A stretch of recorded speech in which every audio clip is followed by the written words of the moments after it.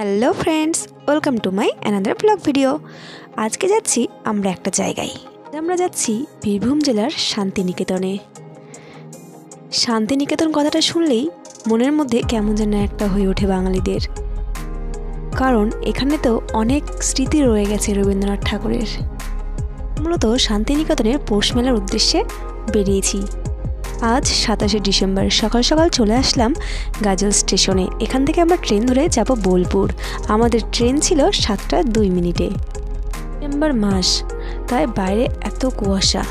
আমাদের 4 জনেরই এটা প্রথমবার ছিল শান্তিনিকেতন যাওয়া, তাই আমরা সবাই খুব এক্সাইটেড ছিলাম। চলে এসেছে, এখন আমরা ট্রেনে সবাই উঠে পড়লাম।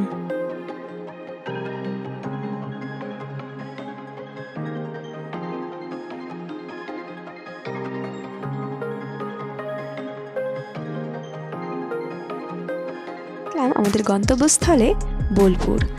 দেখো এত ভিড় স্টেশনে, কারণ প্রচুর মানুষ এই টাইমে শান্তিনিকেতনে আসে পৌষ মেলা দেখতে।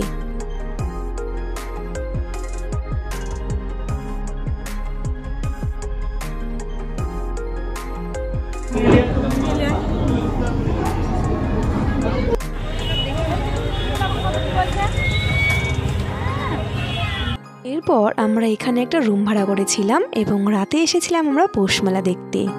বিকেলে আমরা সোনাঝুরি হাটে গিয়েছিলাম। সোনাঝুরি হাটের ভিডিওটা আমি একটা আলাদা ব্লগ ভিডিওতে শেয়ার করব। তো আমরা চলে আসলাম পৌষ মেলাতে। এই যে পৌষ মেলা, এটা 1894 সাল থেকে প্রতি বছর এই মেলার আয়োজন হচ্ছে। তবে 3বার এই পৌষ মেলা বন্ধ ছিল। লাস্ট মহামারীর কারণে বন্ধ ছিল, এইবার আবার এই পৌষ মেলা আয়োজন করা হয়েছে। এই মেলা এত বড় যে দেখে শেষ করতে গেলে অনেকক্ষণ সময় লেগে যাবে। তবুও আমরা যতটুকু পেরেছিলাম আমরা খুব মজা করেছি এবং খুব সুন্দরভাবে এই মেলা আমরা উপভোগ করেছি। পৌষ পার্বণ মেলাটি বেশি দিন হয় না, ওই 3-4 দিন হয়। তো আমরা লাস্টের আগের দিনে গিয়েছিলাম।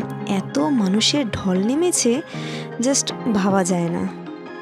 অনেক শুনেছি পৌষ মেলার কথা, তবে খুব ইচ্ছে ছিল একবার শান্তিনিকেতন আসবো। সেই ইচ্ছেটাও আজ পূরণ হলো।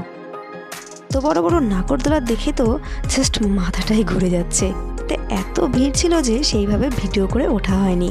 এখানে বিভিন্ন ধরনের হস্তশিল্পের দোকান এবং জামা কাপড়, বিভিন্ন প্রয়োজনীয় জিনিসপত্র, খাওয়ার দোকান থেকে শুরু করে বিভিন্ন দোকান, এখানে প্রায় কতগুলো যে স্টল আছে গুণে শেষ করা যাবে না।